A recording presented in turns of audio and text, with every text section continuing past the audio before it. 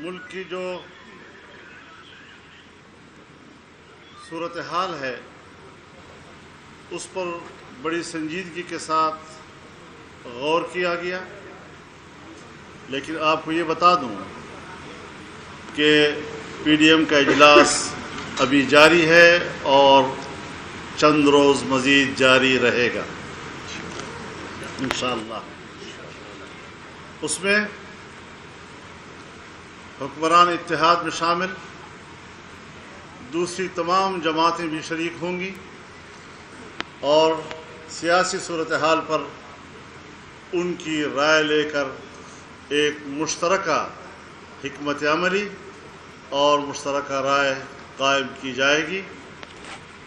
آج کے اجلاس میں اس بات کو واضح کر دیا گیا ہے کہ الیکشن اپنے وقت پر ہوں گے، حکومت اپنا وقت پورا کرے گی انشاءاللہ العزیز، اور عمران خان کے گزشتہ 3.5 سالوں کا گند ایک سال میں صاف کرنا مشکل ہے۔ الیکشن ہوں گے وقت پر، آئندہ 5 سالوں میں ہم انشاءاللہ ان کے تمام گند کے کچرے کو صاف کر دیں گے۔ ہم ان کے جھوٹے بیانیے کو شکست دیں گے۔ صبح کچھ بولتا ہے تو شام کو کچھ بولتا ہے، قوم کو گمراہ کر رہا ہے، نوجوانوں کو گمراہ کر رہا ہے اور سمجھتا ہے کہ جھوٹ کی اساس پر پاکستان کی سیاست اوپر جائے گی۔ سوال ہی پیدا نہیں ہوتا۔ انشاءاللہ ہم اس ملک کو بچائیں گے، اس کے مستقبل کو بچائیں گے۔ اس کے اقتصاد کو بہتر بنانا ایک بہت بڑا چیلنج ہمارے لیے بنا ہوا ہے، اور انشاءاللہ ہم قوم کو اطمینان دلائیں گے کہ ملک کی معیشت اس حد تک خراب ہونے کے بعد کس طرح بحال کی جاتی ہے۔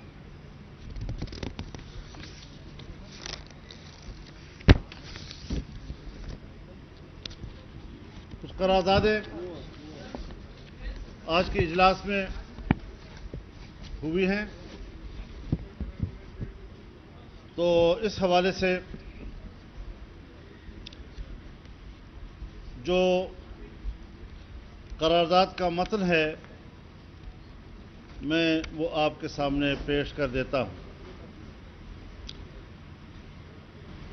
پی ڈی ایم کے سربراہی اجلاس میں جمعرات کو یعنی آج کا دن متفقہ طور پر منظور کردہ قرارداد میں وفاقی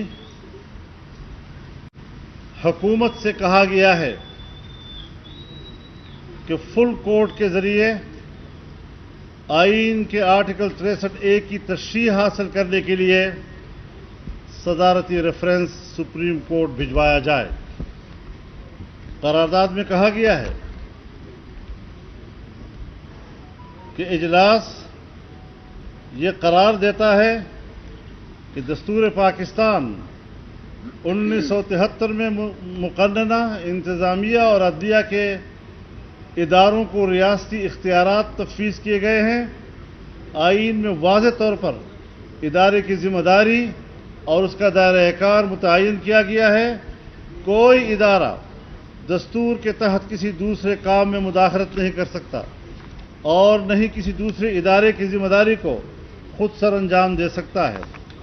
اجلاس کی متفقہ رائے ہے کہ آئین کے آرٹیکل 63A کی تشریح کے حالیہ عدالت عظمیٰ کے فیصلے سے شدید ابہام، افراتفری اور سیاسی بحران پیدا ہوا ہے، اور یہی سیاسی بحران پاکستان میں معاشی بحران کا سبب بن رہا ہے۔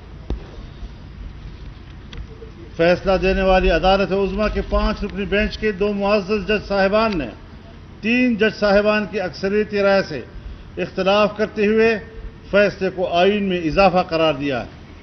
ملک کی نمائندہ سیاسی و جمہوری جماعتوں نے اس پر اپنی بے چینی اور تحفظات کا اظہار کیا ہے، کیونکہ عدالت عظمیٰ کے فیصلے میں تشریح کے دستوری حق سے تجاوز کیا گیا ہے، جس سے نہ صرف ایک آئینی اور سیاسی بحران پیدا ہوا بلکہ اس کے نتیجے میں ملک میں شدید سیاسی عدم استحکام نے بھی جنم لیا ہے۔